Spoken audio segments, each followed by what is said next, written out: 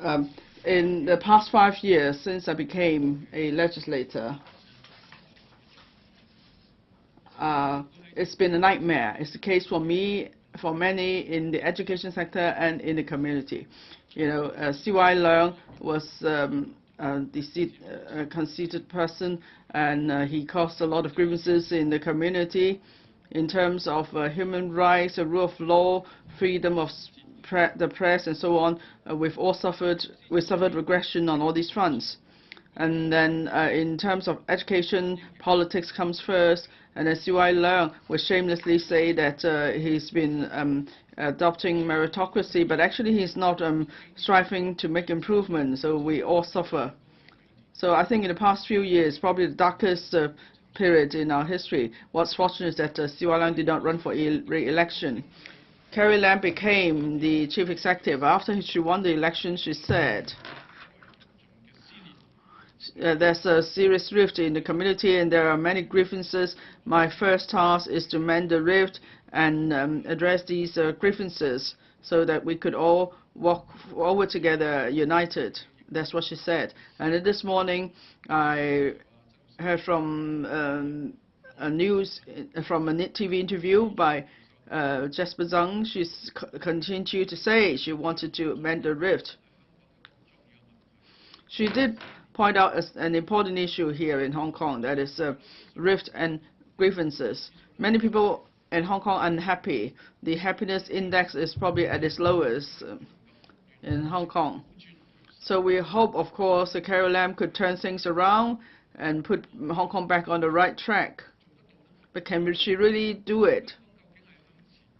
Within her term, would Hong Kong move forward or backward? We're all waiting to see. And I'm sure we're all keen to see what will happen. Now, Carrie Lam faces a series of issues. There are many difficulties facing us. Now, C.Y. Leung left a polarized society, and in terms of trust between Hong Kong people and the government, between Hong Kong and Beijing, they are all at an all-time low. Education. Well, if we say it's a mess, maybe that's an overstatement. But yes, education has a good foundation. But since 2000, we've seen many turmoils. In the past few years, we've been battered even. So the problem is now serious. When Carrie Lam took over, that's more or less the situation in our society and in the education sector. Now, first of all, I want to talk about Carrie Lam's education policy. As soon as the new government took office, $3.6 billion was plowed into recurrent spending on education to improve teachers' establishment and also to provide $30,000 for self-financing post-secondary students. So these are, you can say, first aid measures to stop the bleeding for the education sector. The education sector in general accepts these measures from Carrie Lam, and she's made 3 breakthroughs. I mentioned that before. First, we attach importance to wisdom in the community. We will adequately consult the education sector, and we also make a long-term commitment to education through recurrent spending. So we're not just looking at short-term measures. So the policies are no longer made behind closed doors. For the $3.6 billion, it's not just a window dressing. It's not a small favor. It's really about the well-being of the people. This is something the education sector has been fighting for a long time. It's also for education sector to start afresh. So it builds a solid foundation for that. For the Research Endowment Fund, another $10 billion at least will be injected into it, and $12 billion for building university hostels, and then $3 billion to pay for students who take up postgraduate research programs in Hong Kong. Now, they all have great significance for a long-term education development. Now, there's $3.6 billion of additional recurrent spending, and there are other measures too. They're all welcome. But I want to analyze the hidden concerns here. One, about education finances. Yes, we're going to have an additional $3.6 billion in recurrent spending.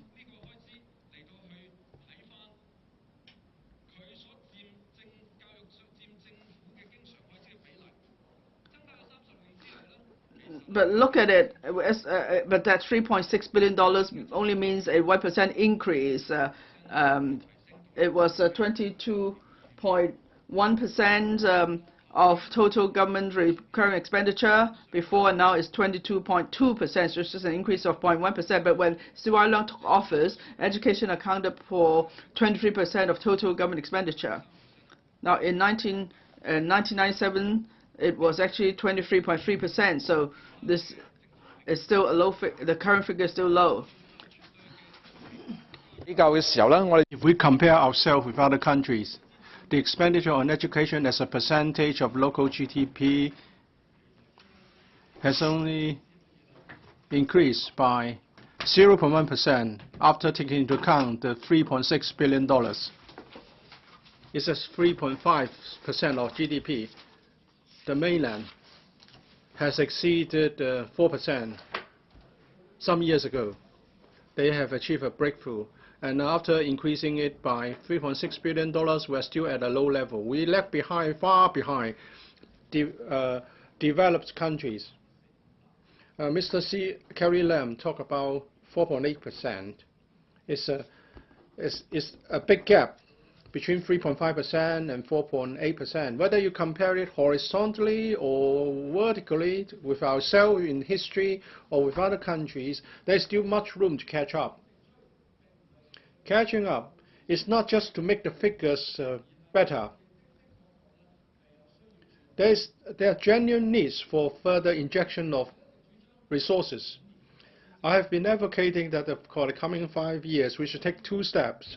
First, we should inject sufficient resources to stabilize the system. And then we should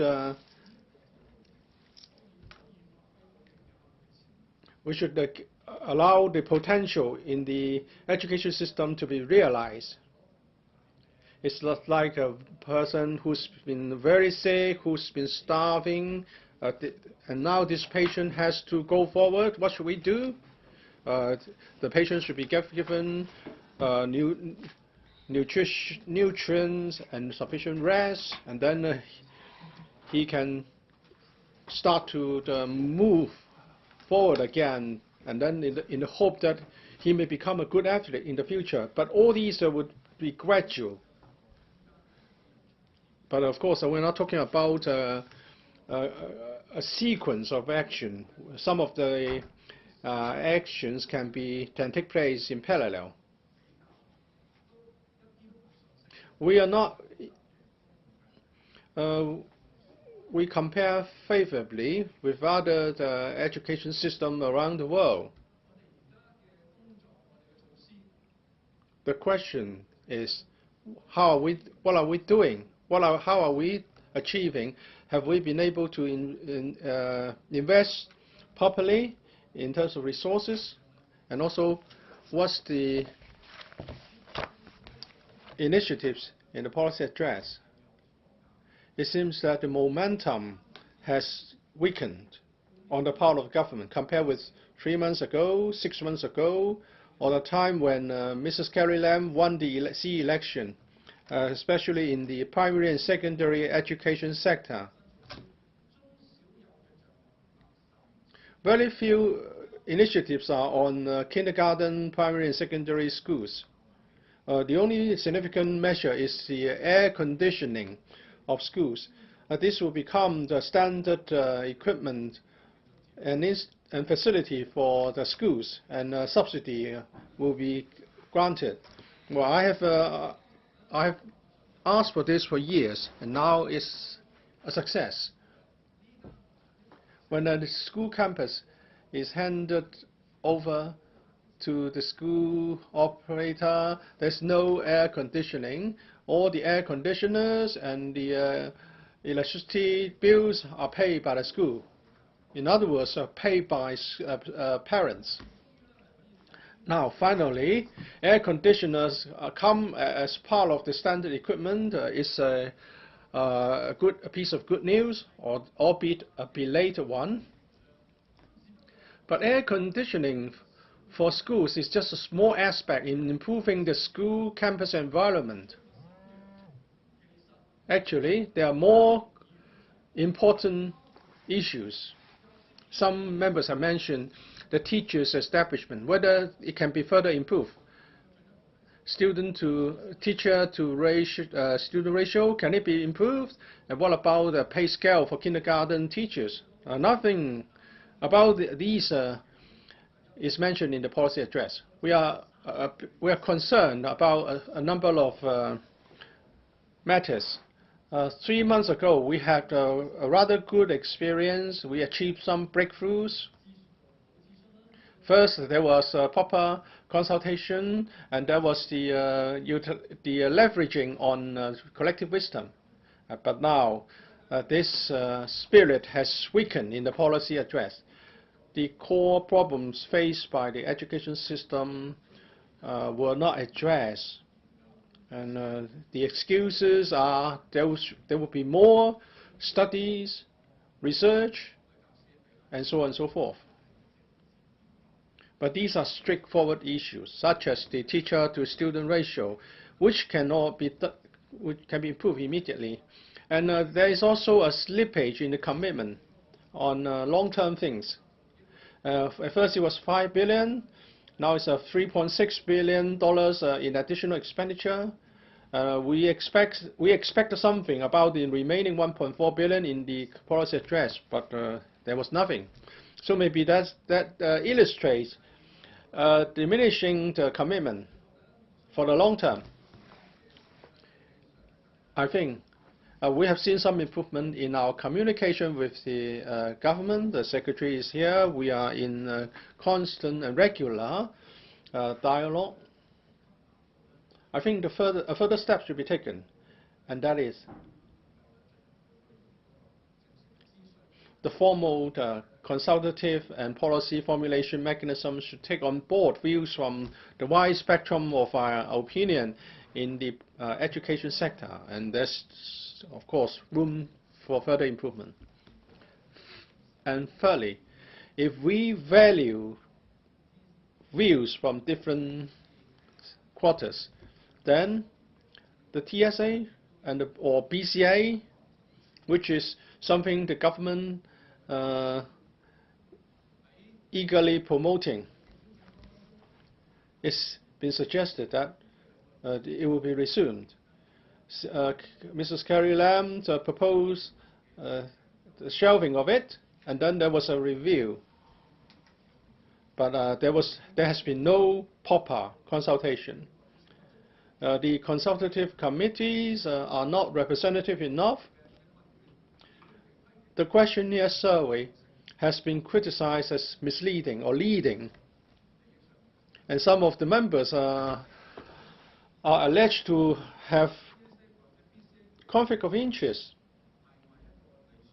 So is this an ideal setup for making decisions on TSA or BCA? We are concerned about not just the drilling of students, but the decision-making process, whether it's a rational one. TSA has affected the ecology of the teaching environment in the classrooms. I think it would take a very comprehensive review before we can come up with a convincing policy recommendation. President, I hope my attitude is felt by all parties concerned. I'm proactive, I am positive, and I would criticize things that I think should be criticized, and I praise things that I think should be praised. Here, I would like to offer further ideas on what should be done. I hope the government would consider my views. On higher education, much has to be done. This time, the important work is on research. We have had debates in this council, and that is the positioning of the institutions. We should attach importance both to internationalization and localization. In the past 10 years or so, this internationalization policy has been in place. Maybe there's a need to fine-tune or revision. Now we're going to waive graduate school fees for local students. It's just a small part in the solution which allow the local students access to the local graduate programs, which are very expensive. We should offer more scholarship, and we should make better arrangements for associate degree programs. We should look at the incentive we provide and also the career progression ladder for the graduates, and also the role played by our universities. And I'm also concerned about academic freedom, autonomy of tertiary institutions. These are our core values which I hope the government would continue to uphold. Turning to primary and secondary schools, there's much to be done. First, teachers' establishment. People at the front line are very concerned about this, and that is the establishment is a result of the way we share teaching workload. We have to take care of professional development, professional performance appraisal, and other tasks to be handled together with administrative duties. If they are burdened under such heavy workload, teachers will not be able to do their job properly. So the establishment is very important. We have proposed that for primary and secondary schools, every class should get additionally 0.3 teaching posts.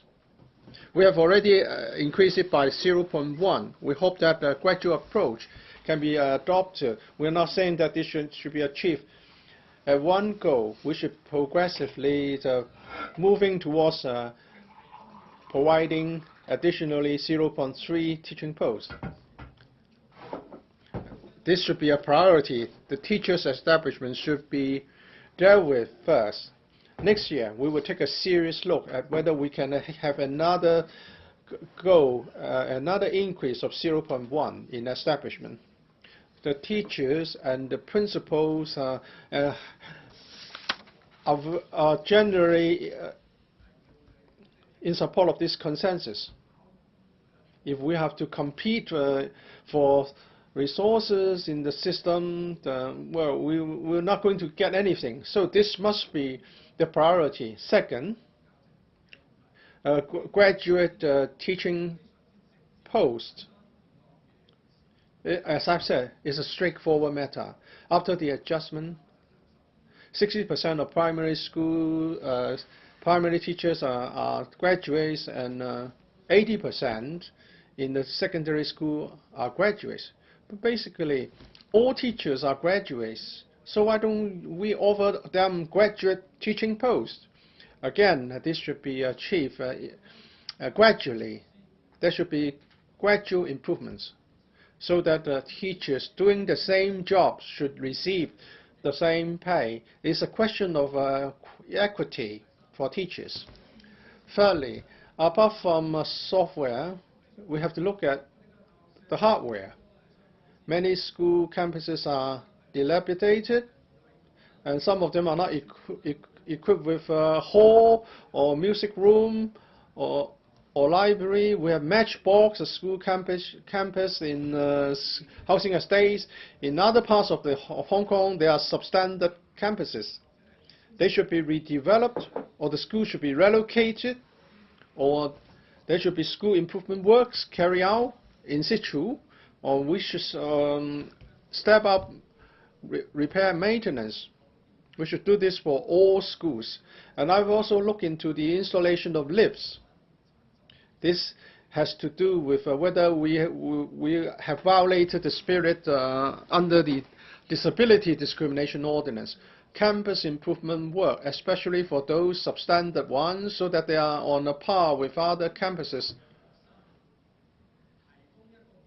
would mean that we provide an equal education opportunity for the students in these substandard campuses.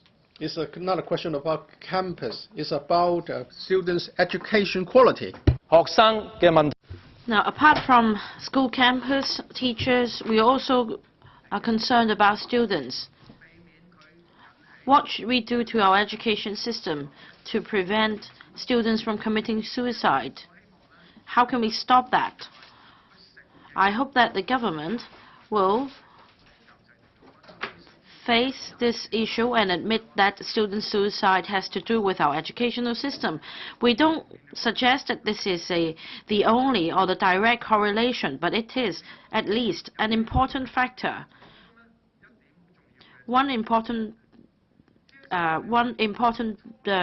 factor of causing stress among students is TSA. Even at the primary school level, students face huge pressure because of TSA. So it is a question of whether we can take the rational approach. We should suspend TSA, and there should be a committee which is representative enough to review the TSA in order to convince the public. You may be thinking of ways to shun the issue by providing various alternatives, but in the end, you're just dodging the issue, and you are just causing a wider divide, and the problem will only get more serious. I sincerely urge the administration to face this issue squarely and find a proper solution to the problem. What is more is that this policy address regularizes the SENCO post, that is the coordinating teacher for students with special educational needs. It should be provided in our permanent establishment.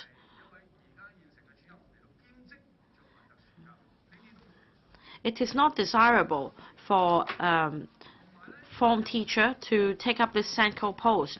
This is not enough, and there should also be other supporting measures to support this SENCO teacher, because without continuous support, the SENCO teacher will find the job very difficult. On kindergarten education, we're very concerned about the salary scale for kindergarten teachers. I don't need to repeat this point. At the same time, I'd like to stress that even for pre-primary school teachers, they also need to deal with students with special educational needs. But there is a manpower shortage for the pre-primary sector, and it needs to be addressed. On SEN, I hope that the administration would pay attention to the school social worker ratio, because there seems to be some backpedaling going on. And on this point, I'd like to talk not just about resources, but about politics. It threatens our education system. I hope that our education will be free of any politicized issues. On more national education, we agree that there should be national education, but it should be taught under the framework of civic education. Students should be taught comprehensively knowledge about the country. Mr. Li Fei will be coming to Hong Kong to give a talk, and it will be a valuable talk. But it is astonishing that the talk will be broadcast, and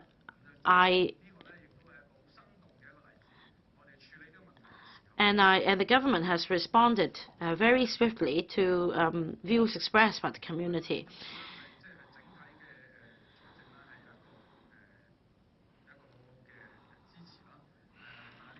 There should be financial support to the education policies, but I won't go into detail. Now, I shared my analysis, and in the process, I also consulted frontline teachers. And through the union, conducted an opinion poll. We asked 3 simple questions. One is this: after Mrs. Carrie Lam has assumed office, on various policies, including education and other areas, how would you welcome her policies? 55% accept her policies, and 40% does not accept her new policies. So that's roughly half-half.